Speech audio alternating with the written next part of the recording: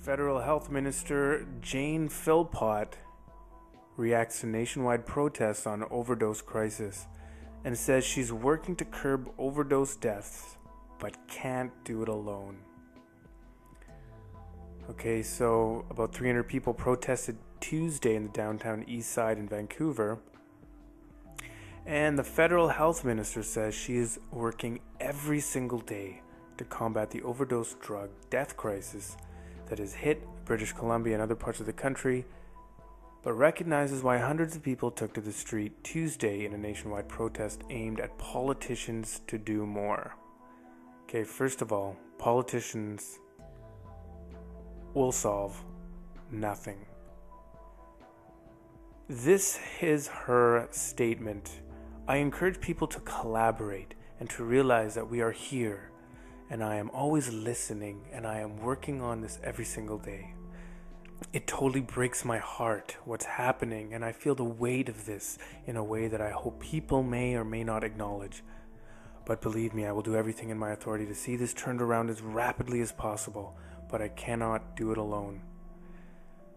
So just a lot of emotional mumbo jumbo, no clear action plan, no goals, no numbers, nothing. Okay? Total politician talk. Okay, speaking of numbers, a total of 914 people died of an overdose in BC in 2016. Okay, and just this last January, the count was 116. Okay, so Philpott is saying that BC is going to receive $10 million. So this is, this is the solution. Just throw money at it. Throw money at a ministry and then they'll create solutions to the problems that they pretty much created in the first place. The minister also announced another $65 million will be spent Canada-wide over the next 5 years on the opioid crisis.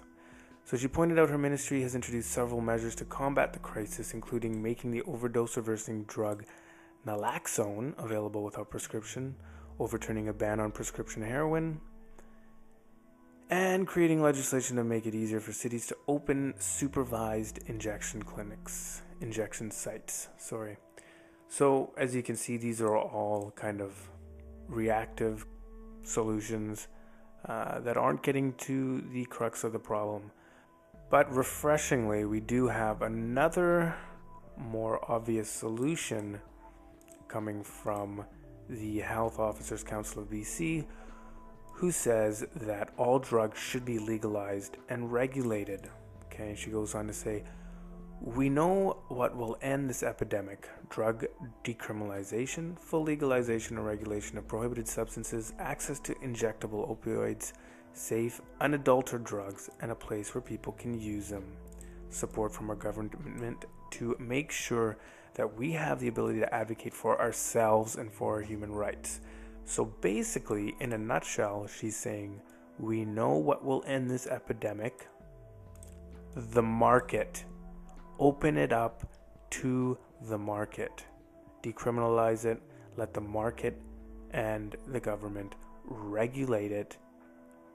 The reason why it's so destructive and the reason why it's so expensive is because it's illegal. And when it's illegal, obviously getting it across borders and even creating it domestically has a very, very, very, very, very negative consequence if you're busted. So those who produce it have to charge a very, very high price for it.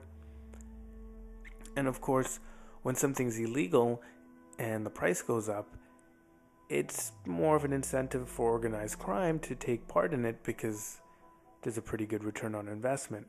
But if it's legalized and you can safely create it and you have ways to regulate the purity and the safety of it, it will obviously reduce overdoses and things of that nature.